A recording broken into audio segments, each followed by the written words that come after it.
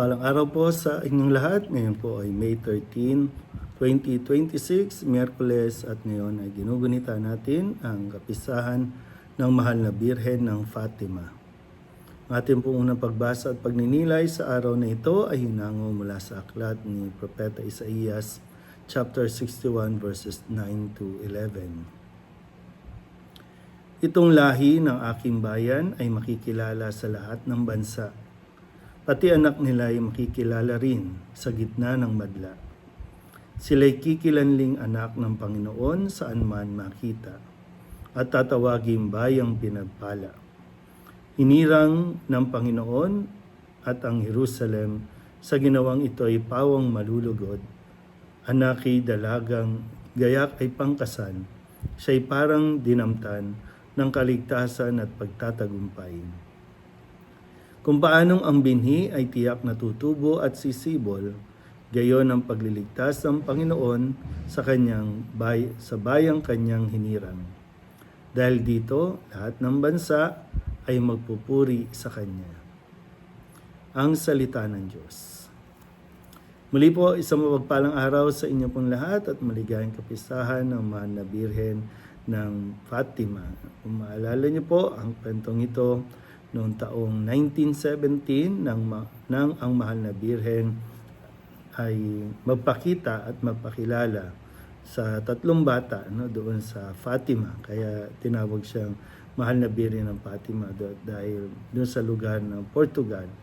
At ang mensahe na kanya pong ipinapaabot doon sa tatlong bata ay ang magdasal ng Santo Rosario at mag-alay ng sakripisyo para sa kapayapaan ng buong mundo, dahil nagkakaroon ng giyera o kaguluhan ng mga panahon ito, at yung paalala nga na ang kapangyarihan at lakas na dulot ng pagdarasal ng Santo Rosario. Ito naman ay subok na sa mga lumipas sa panahon, sa mga naunang pagpapakita ng Mahal na Birhen.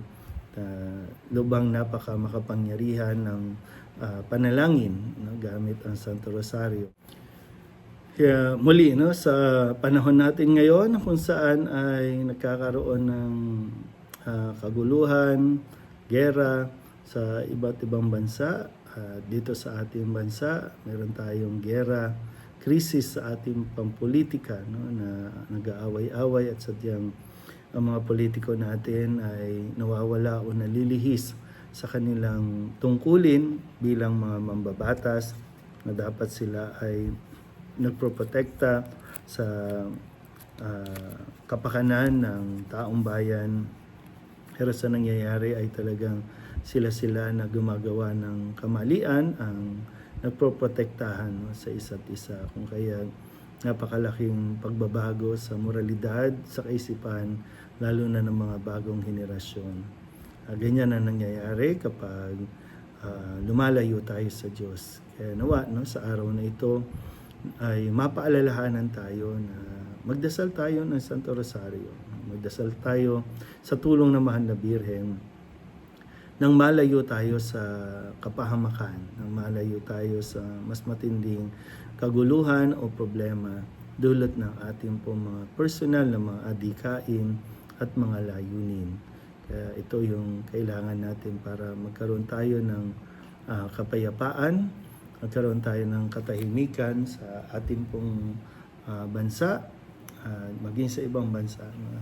Huwag natin pong ipagwalang bahala ang nangyayari na nagkukulang tayo sa paglalaan ng oras sa ating pong pagdarasal.